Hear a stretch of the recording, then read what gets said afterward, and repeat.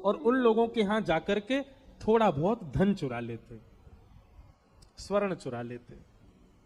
करना कुछ नहीं, अपना घर नहीं बनाते थे, बसाते थे, संत सेवा करते थे। ठाकुर जी रीझ गए हरपाल से। ठाकुर जी बोले देखो ये सब चोरी कर करके और मेरे संतों को पवारा है।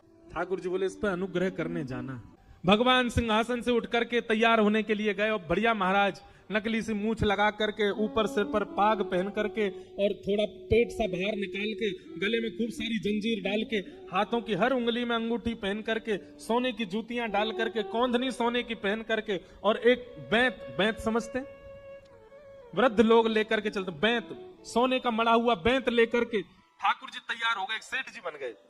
लक्ष्मी भैया ने पूछा भगवान बड़ा सुंदर स्वरूप धारण किया, कहां जा रहे हो? बोले अपने भक्त से मिलने जा रहे हैं। रुक्मणी जी बोली मैं भी चलूंगी। भगवान बोले तुम मत चलो, तुम उसको पहचान नहीं पाओगी, तुमसे अपराध बनी जाएगा। बोले नहीं नहीं, भक्त दर्शन करने मैं तो जाऊंगी। भगवान बोले जल्दी तैयार हो जाओ। रुक्मणी जी एक सेठानी बन गई, ठाकुर जी सेठ जी बन गए, और दोनों ने मन में विचार किया कि हरपाल जी को दर्शन देना है। और यहां हरपाल जी की स्थिति क्या थी? अब संत सेवा के लिए कहीं से भी धन नहीं मिल रहा था, तो हरपाल जी एक मार्ग पर जाकर के बैठ गए और सोचने लगे कोई धनवान यहां से निकलेगा तो उसको लूट लूंगा और लूट के भाग जाऊंगा, सारा धन संत सेवा में लगा दूंगा। तभी उस मार्ग पर कोई और तो आया नहीं, ठाकुर जी सेठ बन करके आ गए। और महाराज खूब सारे गहने पहन करके, पाग बढ़िया सोने की जड़ाऊ पाग पहन करके, ऐसे वस्त्र पहन करके, और छम छम करते चलते आ रहे हैं, उन गहने ही बज रहे हैं ठाकुर जी के।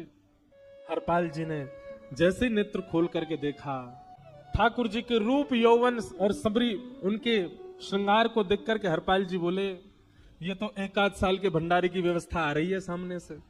इतने में ही सेठानी जी रुक्मणी जी भी आई, उनको ओहो ये तो कम से कम 5-10 साल की व्यवस्था आ रही है। अगर ये दोनों लूट लिए जाएं तो 10 साल चोरी नहीं करनी पड़ेगी। देखो कितना धन संपन्न। हरपाल जी के बगल में जैसे ही ठाकुर जी पहुंचे, हरपाल जी बोले भैया जय श्री कृष्ण प्रणाम। ठाकुर जी तो नाराज हो गए, क्या भगवान का नाम बोलता है सुबह सुबह?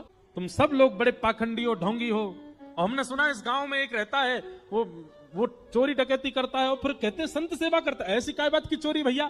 करता तो चोरी है, भले उससे भली संत सेवा करता हो, नाम उसका हरपाल है, हम सब जानते हैं, भगवान का नाम मत लो हमारे सामने।